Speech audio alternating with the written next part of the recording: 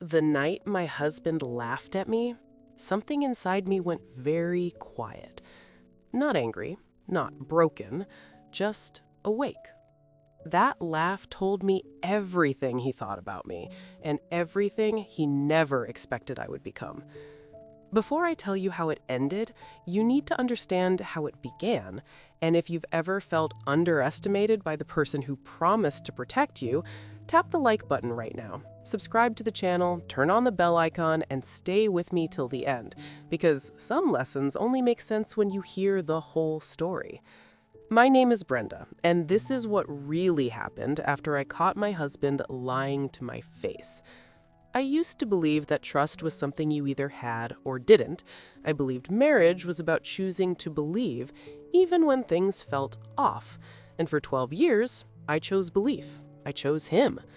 Mark and I met when we were young, both struggling, both dreaming. He had ambition and charm, I had patience and loyalty. Together, we built a life that looked solid from the outside. A home, a routine, a reputation as the stable couple. But stability can hide rot. It started small. Late nights at work, short answers, a phone always turned face down. I noticed everything, but I said nothing. Because saying something meant admitting that the man I trusted most might not respect me at all. Then came the night that changed everything. I wasn't snooping, I wasn't suspicious, I was just tired. Tired of waiting for him to come home, tired of the excuses, tired of feeling invisible in my own marriage. When he finally walked in, well past midnight, he smelled unfamiliar. Not bad, just not like home. I asked him calmly where he'd been. He smiled, not warmly, not apologetically. He smiled like someone who thought he was smarter than the room. "Work ran late," he said. I looked at him and felt something click into place. It wasn't proof, it wasn't evidence, it was instinct, the kind that doesn't scream, just whispers with terrifying clarity. I asked again, this time slower, "Mark, where were you really?" That's when he laughed. It wasn't nervous, it wasn't defensive, it was amused. "What are you gonna do?" he said, still smiling. "Divorce me?" The word hung between us like a challenge. In that moment, I saw him clearly. Not as my husband, not as my partner, but someone who believed I was trapped. Someone who believed my silence meant weakness. Someone who thought he was untouchable. I didn't raise my voice. I didn't cry. I didn't argue. I smiled back. "No," I said quietly. His smile widened. He thought he'd won. What he didn't know was that I wasn't saying no to divorce, I was saying no to acting without a plan, because I had just discovered something far more powerful than proof. I had discovered his overconfidence. From that night on, I became someone else, at least on the surface. I stopped asking questions, I stopped waiting up, I laughed at his jokes again, I let him believe the moment had passed. And Mark relaxed. People like Mark always do. They mistake calm for surrender, silence for ignorance, kindness for fear. But I was watching. Not his phone, not his messages. Him. The way he spoke to me when he thought I wasn't paying attention. The way his stories didn't line up. The way his confidence grew sharper, more careless. And then there was her. I didn't know her name at first. I didn't need to. I knew her by the way Mark changed after certain evenings. Lighter, distracted, like someone living a second life that made the first one feel optional. Still, I said nothing, because secrets don't destroy people. Exposure does, and exposure takes timing. Weeks passed, then months. Friends told me I looked peaceful. They said marriage must be treating me well. Mark started telling people I was finally relaxed, that I'd stopped nagging. He had no idea that every word he spoke was becoming part of a pattern. Every careless comment was confirming what I already knew. The real secret wasn't that he was betraying me. The real secret was that he needed me to believe I was powerless, and that belief was the only thing protecting him. One evening, while we were sitting across from each other at dinner, he mentioned her without realizing it. Not her name, just a detail that didn't belong to our life, a place he'd never taken me, a habit I didn't have. He froze when he realized. I tilted my head and smiled. I said, "That sounds nice." His relief was immediate. He thought I'd missed it, but I hadn't. I went to bed that night beside a man who believed he was safe. I stared at the ceiling and made a decision I would never undo. I wasn't going to confront him, I wasn't going to beg, and I wasn't going to leave quietly. Because Mark's greatest mistake wasn't cheating, it was laughing. And as I turned onto my side and closed my eyes, listening to his steady breathing, I understood something with absolute certainty. He had no idea what kind of woman he'd married. And tomorrow, I would take the first step, not toward ending my marriage, but toward ending his control. The next morning, Mark kissed my forehead before leaving for work. It was casual, thoughtless, the kind of affection people give when they believe nothing is wrong. I smiled up at him and wished him a good day. When the door closed behind him, I didn't move for a long time. I wasn't angry. That surprised me. I felt clear, focused, like someone who had finally stopped guessing and started seeing. I went about my day exactly the same as always. Laundry, emails, groceries. Normal is a powerful disguise, and I needed Mark to believe everything was normal for just a little while longer. Because revenge doesn't begin with confrontation, it begins with understanding. Mark had always been careful about one thing, his image. He needed to be admired, trusted, seen as successful, reliable, respectable. That mattered more to him than honesty, more than loyalty, maybe even more than love. And I realized something important. Whatever secret he was protecting, it lived inside that image. So I watched how he interacted with people, not just me, everyone. At dinner parties, he told stories that placed him at the center. At family gatherings, he played the devoted husband. At work events, he positioned himself as indispensable. Mark didn't just want to be liked, he needed to be believed. That's when I knew how this would end. But before I could act, I needed confirmation. Not proof, not evidence, not something physical. I needed to understand the person he was becoming when he thought I wasn't looking. I started asking questions, not direct ones, curious ones, gentle ones. How's work been lately? Your team sounds busy. You seem happier these days. He talked. Oh, how he talked. When someone thinks they're in control, they overshare without realizing it. He complained about people who didn't appreciate him. He hinted at opportunities he could take if he wanted. He spoke about loyalty as if it were something other people owed him. Never once did he ask how I was. That told me everything. One night, we attended a small gathering hosted by one of his colleagues. I wore the dress he liked. I laughed at the right moments. I played the role he expected me to play. And then I watched. I noticed how one woman avoided looking at me, how she stiffened when Mark stood too close, how her smile was polite, but her eyes were nervous. She wasn't confident. She wasn't proud. She was afraid. That mattered, because people who believe they've won don't act like that. On the drive home, Mark hummed softly to himself. He was relaxed, comfortable. "So, your office seems close-knit," I said casually. "You could say that," he chuckled. I let the silence stretch just long enough to feel intentional. "Nothing to worry about, right?" I added lightly. He laughed again, the same laugh, the one that assumed I was harmless. "Brenda, you really overthink things."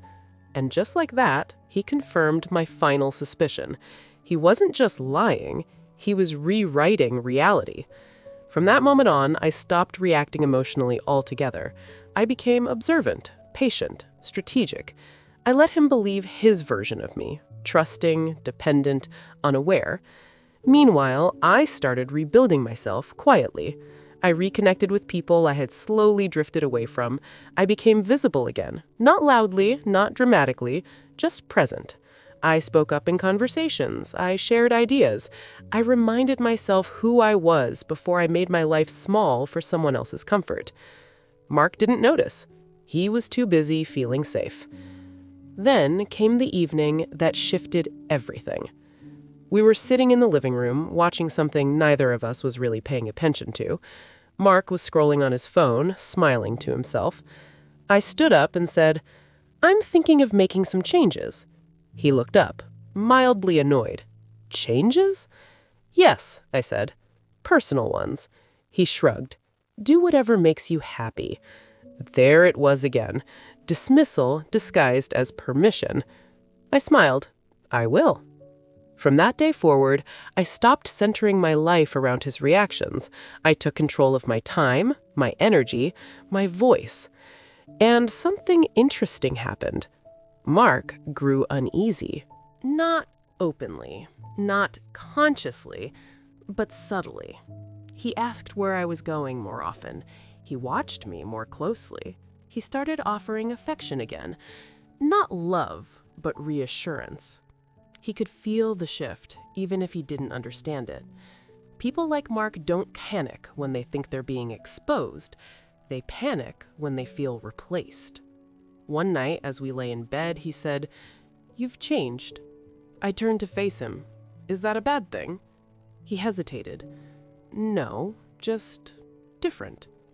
I reached out and traced my finger lightly along his arm. "People grow," I said softly. He didn't sleep much that night, and neither did I, because I knew the moment was coming, the moment when his confidence would push him into a mistake, when he would underestimate me one last time. I didn't need to catch him in l'act. I didn't need him to confess. All I needed was for him to keep talking. And the next day, he did. As he stood by the door, adjusting his jacket, he said casually, "I might be late tomorrow." I smiled. "Of course." He leaned in and kissed my cheek. As the door closed behind him, I whispered to the empty room, "I know." Not where he was going, but who he was becoming, and more importantly, who he was about to lose. I didn't follow him the next day. That would have been too obvious, too emotional, too desperate. Instead, I stayed exactly where I was and let Mark move freely inside the version of the world he thought he controlled. When he came home late that night, he acted casual. Shoes kicked off, jacket tossed aside. He talked about traffic, about work, about nothing at all. I listened. Not to his words, but to the gaps between them. He avoided my eyes more than usual. He over-explained small details. He laughed at things that weren't funny. People don't realize how loud guilt can be when you stop trying to hear reassurance. Over the next few weeks, Mark became more confident again. Too confident. He started making jokes that carried an edge. One evening, while we were having dinner, he smirked and said, "You know, some people would have panicked by now." I looked up slowly. "About what?" He shrugged. "Life, marriage, trust." There it was. The challenge. I smiled gently. "I don't panic easily." He laughed. "Yeah, I noticed." That laugh wasn't warm. It wasn't playful. It was triumphant. That night, as I lay awake beside him, I understood something essential about Mark. He didn't want forgiveness. He didn't want understanding. He wanted to win. And that meant the moment he believed he had already won was the moment he would lose everything. I started asking for his opinion more often, about small things, harmless things. "What do you think I should do about my schedule? Do you think I should take on more responsibility? Would it be strange if I got more involved with people again?" He liked that. He liked feeling consulted, needed. He told me what he thought I should do, and I did the opposite. Quietly, gradually. I built relationships again. I became present in spaces where I had once faded into the background. I let people see me, not as Mark's wife, but as myself. And something unexpected happened. People listened. They noticed things. They remembered things. Turns out, when you stop protecting someone's image, the cracks have a way of showing themselves. I didn't accuse Mark. I didn't confront him. I didn't even change how I spoke about him in public. I simply stopped correcting the silence. Then came the night he laughed again. We were at a small gathering, surrounded by people who trusted him, people who admired him, people who believed his version of events without question. Someone teased him lightly about marriage being hard work. Mark chuckled and said, "Please, Brenda wouldn't leave me if I begged her to." The room laughed. I didn't. I took a sip of my drink and met his eyes calmly. "What would you do?" he added, turning to me. "Divorce me?" The laughter grew louder. That was the moment. Not because of the words, but because of the certainty behind them. I smiled slowly. Why would I need to? He grinned, satisfied, victorious. Later that night, when we were alone, he said, "You were quiet." "I was thinking," I replied. "About what?" "How interesting it is," I said gently, "when people assume silence means fear." His smile faltered, just for a second, but it was enough. From that moment on, Mark watched me differently, and that made him sloppy. He started slipping up, contradicting himself, telling different versions of the same story to different people. He didn't realize it, but the image he worked so hard to maintain was beginning to fracture, not because of something I exposed, but because of something I stopped protecting. One afternoon, he came home early. Unexpected. I was on the phone, laughing. When I noticed him, I didn't hang up immediately. I finished my sentence, calm, unrushed. After I ended the call, he asked, "Who was that?" "A friend," I said. He frowned. "Since when?" I shrugged. "Since I remembered who I was." That night, he didn't touch me. The next morning, he was unusually kind. Compliments, coffee, a gentle kiss on the cheek, panic masquerading as affection.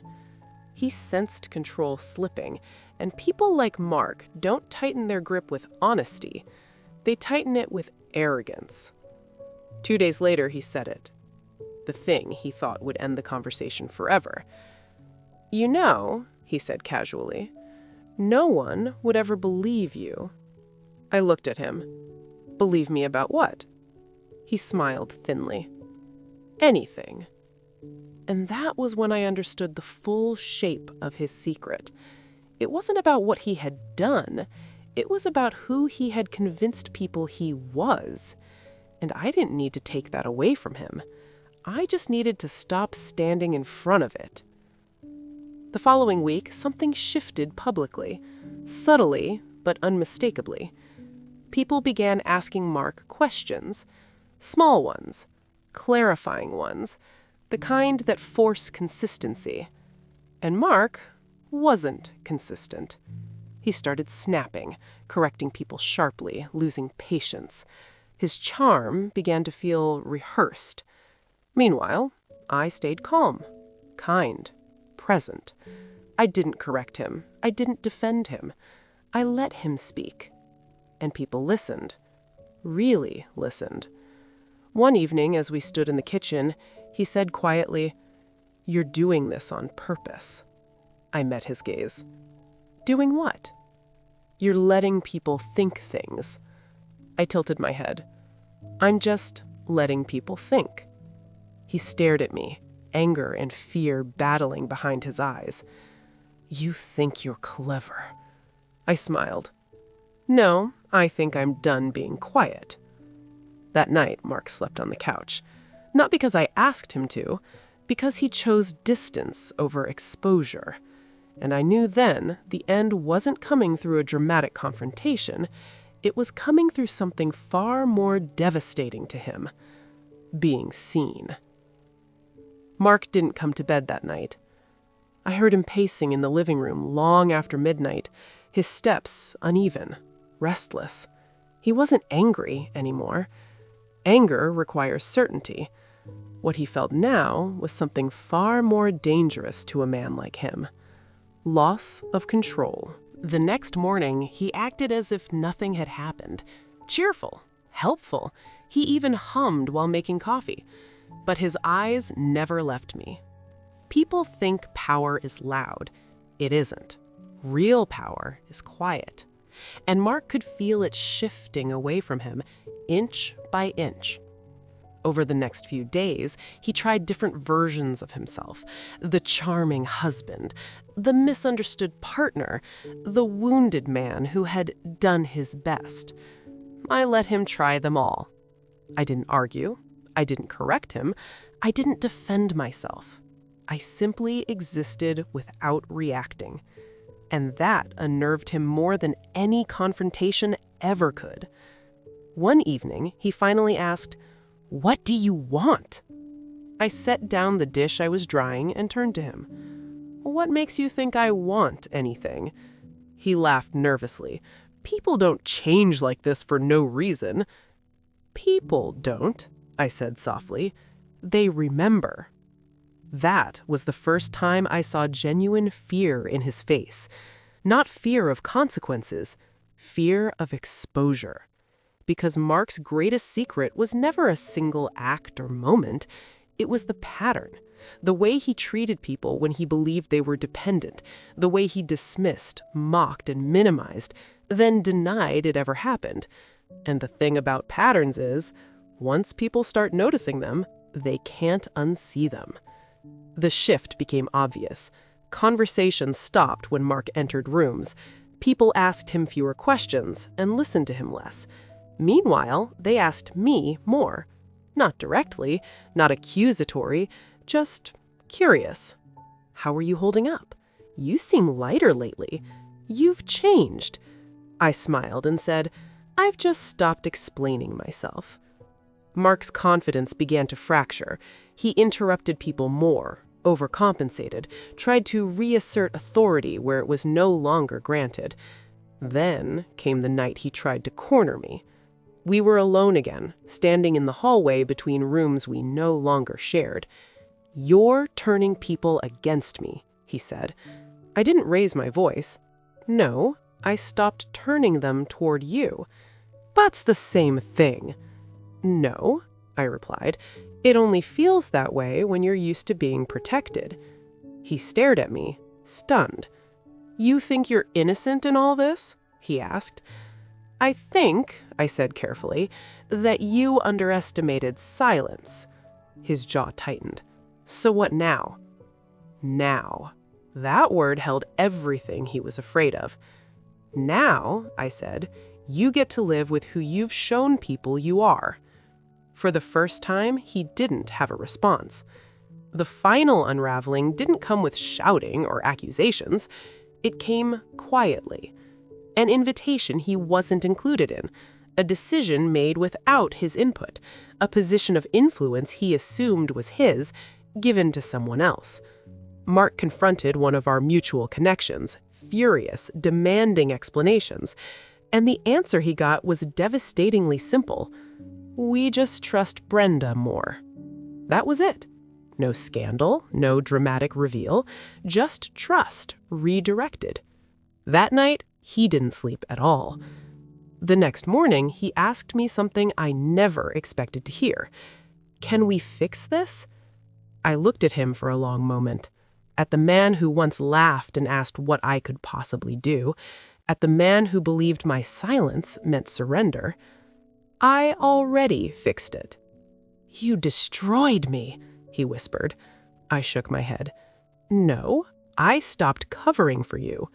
There's a difference." He moved out shortly after that.